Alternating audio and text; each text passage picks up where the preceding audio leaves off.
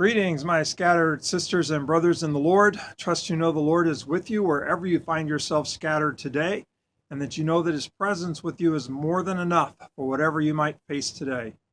Our psalm today is Psalm 120, and you'll notice if you look right under Psalm 120, it says a song of ascents. This is the first psalm in a collection of psalms that have that subtitle, a song of ascents. These are psalms that the people would pray on their pilgrimage to Jerusalem. They would ascend the mountain of Jerusalem, and so whichever direction they're coming from, they're going up, and they would pray these psalms, these prayers, as they journeyed to Jerusalem for one of the worship festivals. And so Psalm 120 all the way through Psalm 134, these are the Psalms of Ascent, some of my favorite Psalms.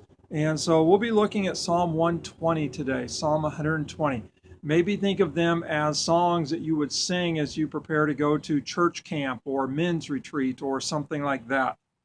So Psalm 120. I call on the Lord in my distress, and he answers me. Save me, Lord, from lying lips and from deceitful tongues. What will he do to you, and what more besides, you deceitful tongue? He will punish you with a warrior's sharp arrows, with burning coals of the broom bush. Woe to me that I dwell in Meshech, that I live among the tents of Kedar. Too long have I lived among those who hate peace. I am for peace, but when I speak, they are for war. Three things come to my mind as I read this. Verse 2, save me, Lord, from lying lips and from deceitful tongues. I think one angle on this is that, I'm the one with the lying tongue. I'm the one with the deceitful speech, the deceitful lips, the lying lips. And I need to be saved. We sometimes find ourselves in situations where we just have a hard time speaking truth. And so we say what we think we need to say to get by. We say what we think somebody wants to hear. But we can create a mess for ourselves by our own inability to speak the truth. And so, save me, O Lord, from lying lips. Save me from a deceitful tongue. Well, maybe it's my tongue that's deceitful. It's my lips where the lies are coming from.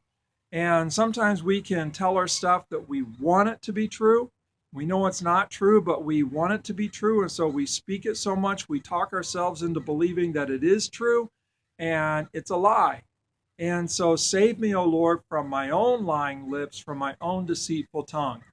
So that's angle number one. Angle number two is sometimes it's other people who are speaking the lies, who are deceitful in their speech. And we get hurt, we get burned. And that makes it incredibly difficult to trust anyone. And so, oh Lord, there's so many people that are untrustworthy, so many people that are speaking lies that are full of deceit. Lord, save me from that.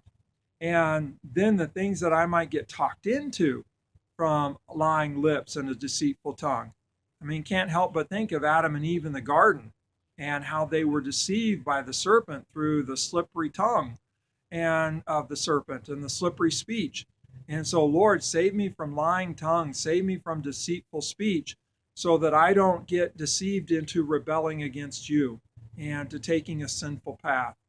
And those are just a couple of the ways I think about verse 2 in terms of my own problem with speaking the truth and believing lies that I tell myself, and then the lies that I'm told, deceitful speech. Lord, save me from that so that I don't act upon that. I don't give in to that.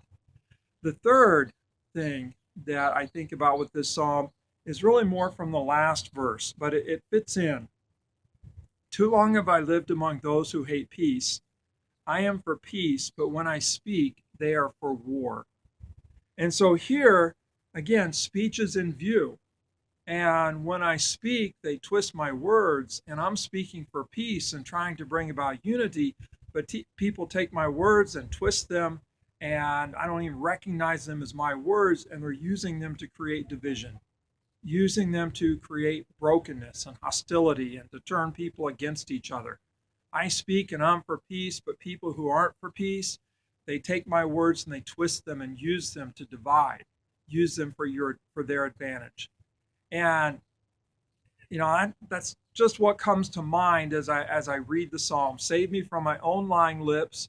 Save me from the lies that are out there. And then save me, Lord, when people take my words and kind of twist them and use them in ways that I never intended, where I was trying to build unity and they're using them for division. And so I don't know where you're scattered today, but I have a feeling you can relate. And what do you do when that happens? What do you do when you're lied to? What do you do when somebody takes your words and twists them to where you don't even recognize them as your own and they're using them for division?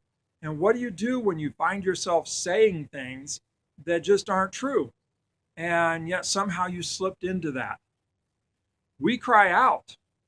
We cry out to the Lord. I go back to verse 1.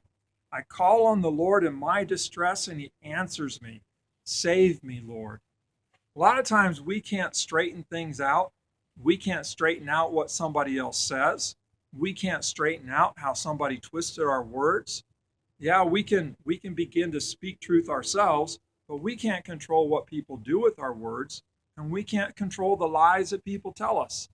We cry out, and we trust ourselves to the Lord, and trust that the Lord will prevail, and the Lord will save us indeed from lying lips. So wherever you find yourself scattered today, I know you're in a world full of deceit and lies, but I'm trusting that you'll cry out. I'm crying out and believing that the Lord will save us from lying lips. By the way, Jesus is the way and the truth and the life. God bless. Have a great day.